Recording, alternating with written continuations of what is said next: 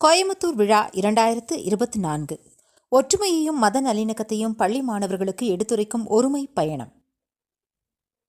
கோயமுத்தூர் விழாவின் முக்கிய நிகழ்வான ஒருமை பயணம் கோயமுத்தூரில் உள்ள 20க்கும் மேற்பட்ட பள்ளிகளைச் சேர்ந்த 120 மாணவர்களை கோயமுத்தூர் மற்றும் அதை சுற்றியுள்ள பல்வேறு வழிபாட்டு தலங்களுக்கு அழைத்துச் சென்று அனைத்து மதங்களை புரிந்து கொள்ளவும், மதங்களின் மீதான அவர்களின் மதிப்பை வளர்க்கவும், பல்வேறு மத நம்பிக்கைகளை உணரவும் கோயமுத்தூர் விழா குழுவினர் ஏற்பாடு செய்திருந்தனர். காலையில் புனித மைக்கேல் தேவாலயத்தில் இருந்து பயணத்தை தொடங்கிய மாணவர்கள் பின்னர் அருள்மிகு கோனியம்மன் கோயில், அத்தர் ஜமாத் மசூதி, குருத்வாரா சிங் சபா மற்றும் ஜெயின் கோயில்களுக்கு சென்றனர். இந்த புனித தலங்களுக்கு சென்ற அவர்களின் பயணத்தில் மாணவர்கள் ஒவ்வொரு மதத்தின் பழக்க வழக்கங்களின்படி வரவேற்கப்பட்டனர். மேலும் அந்தந்த மதங்களின் ஆன்மீக தலைவர்கள் அவர்கள் பின்பற்றும் கொள்கைகளையும் அவர்களின் வழிபாட்டு முறைகளையும் பகிர்ந்து கொண்டனர்.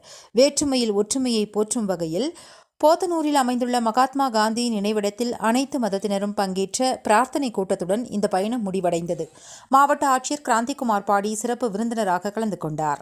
நிறைவு விழாவில் பேரூர் ஆதீனம் மருதாச்சல அடிகளார், ஏஜே ராஜா, கோவை பகுதி தலைவர் CSI கோவை மறை மாவட்டம் அப்துல் ஹக்கீம், ஜமாத் இஸ்லாமி ஹிந்த் ஆகியோர் கலந்து கொண்டனர்.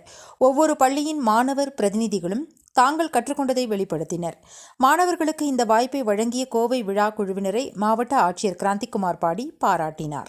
மேலும் பல்வேறு மொழி, மதம், கலாச்சாரம் உள்ளவர்களும் ஒற்றுமையாக வாழ முடியும் என்பதை இந்தியா மற்ற நாடுகளுக்கு காட்டியது என்று அவர் கூறினார். மாணவர்கள் பன்முகத்தன்மையை பாராட்டவும், அனைத்து மதங்களையும் மதிக்கவும், அவர்கள் வழிபாட்டு முறைகளையும் தெரிந்து கொள்ள வாய்ப்பாக இருக்கும். நிகழ்ச்சி முடிவில் சர்வ சமய பிரார்த்தனை நடைபெற்றது. இதில் அனைத்து மாணவர்களும் கலந்து கொண்டனர்.